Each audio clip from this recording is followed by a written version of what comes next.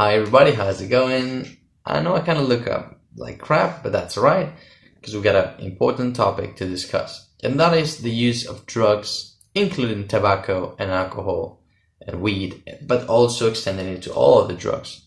In the groups of people that are trying to make a change, an impact, a social, cultural, societal impact, um, especially when it comes to feminism, anti-capitalism, these all sort of things. There's a few more, and yeah, and LGBT rights, all this stuff.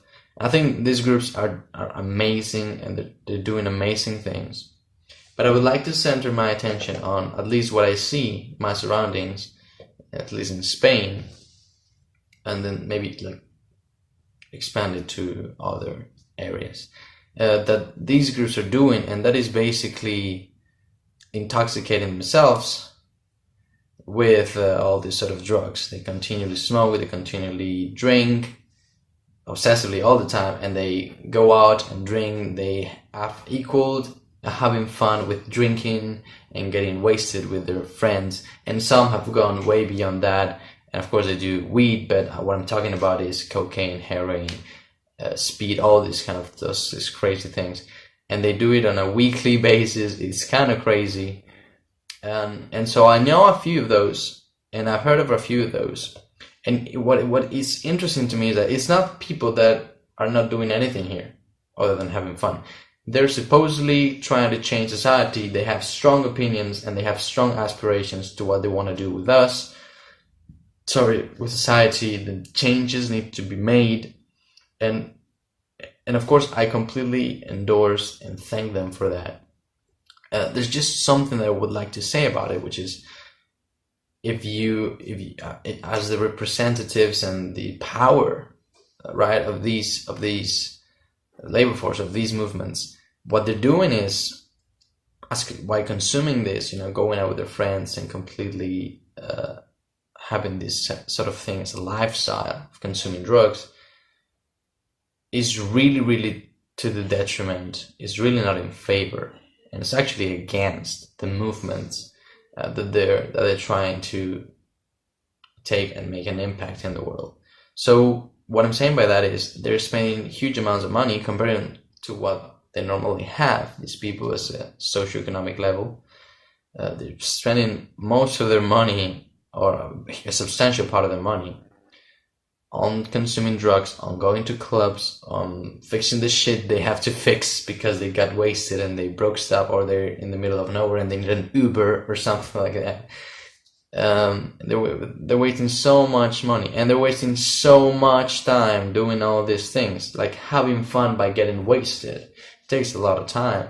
Going to clubs takes a lot of time. I'm not saying they shouldn't have fun, of course. But also you need to look at, most of these people have little jobs, so side jobs or something, and they go and spend all this time, almost always get into these structures that they hate and try to destroy, to get the money to actually feed these needs. And if you're doing alcohol and weed, it's kind of not as bad. It is still as bad, because all the things you could be doing with that and with that power. But when you go up and you get heroin and you get speed and all these crazy things, now the problem is completely undeniable.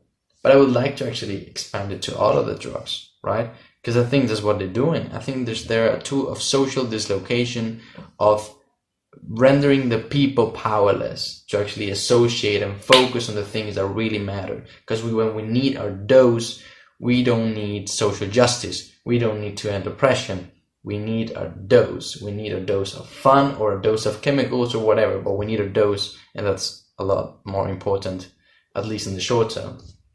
And that's, I think, also what it does. It keeps us focused in the short term, and it keeps us getting all the resources and putting them mostly onto that shit. So yeah, and I think it can be easy to see if you look at historical examples. We had something in the Basque Country when people were very difficult to control. The youth was very difficult to control. They really wanted to overthrow the government there. They wouldn't stand for shit, and they wouldn't settle for the conditions that the government wanted to impose. I mean, it was, of course, maybe it was not so logical. I don't know. I'm really not familiar with that, but what is certain and has been thoroughly, I think, studied is that the government got into the circles of these youth, these fighters, and they started to introduce drugs there, right? Heroin, I think it was heroin, and some other drugs. And the power that these people had to change their society and to kind of oppose the oppressors completely faded. It dissolved, it melted. It really melted. They were broken. They died. They got into problems because they needed to get the drug more than they needed to get their liberation, their social justice. And that was a really powerful and effective way of dislocating them. So I think what's happening now is that maybe on a lower level, because now it's not sort of getting very difficult, very hard shit into us. It's more like endorsing it with legalizing like tobacco and alcohol, especially alcohol. Alcohol is a big thing for me. And promoting it into the social scene completely, as if that was drinking water. And then going out is also completely endorsed by our society, but some people are promoting that. Some people are making the ads, the TV shows, and some people are directing all this shit, I guarantee you. And I think that's in the best interest of the oppressors, mostly. So you can also see it, if you want a more detailed example that is undeniable, in China. So the British wanted to do trade with China. They wanted actually to just steal from it. And China, when there was a big empire, it says, no fucking way, I don't want anything to do with you. And they completely refused to. So the British say, all right. And what they did, as you know, they introduced opium into their population. And when the population just started saying, hey, it's great, it's happiness, it's shit, of course that comes with a price. There was very important social dislocation, destruction, and eventually a lot of wars, all because of the opium.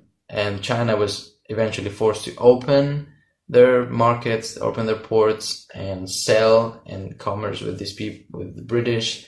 And also they sold themselves very hardly, and they had to give Hong Kong and Shanghai and a lot of shit. Like, it was brutal. The powerful effect that introducing drug in the people actually has on society. So just if you happen to meet somebody in those groups, if you happen to be a fighter in these causes, you really need to consider how much you could be doing with all the time and all the money that you're investing into getting your dose. Because the movements could be going much better if you weren't. And we as a society probably would be. Not to judge anyone, but that thing really, I think, really has no place in the thing you're trying to do. And actually, I don't think anyone needs it. So yeah, that's about it. It was a sort of long video. I wanted to make it short, but probably wasn't too possible. So thanks for watching, and I'll see you on the next one tomorrow. Bye bye.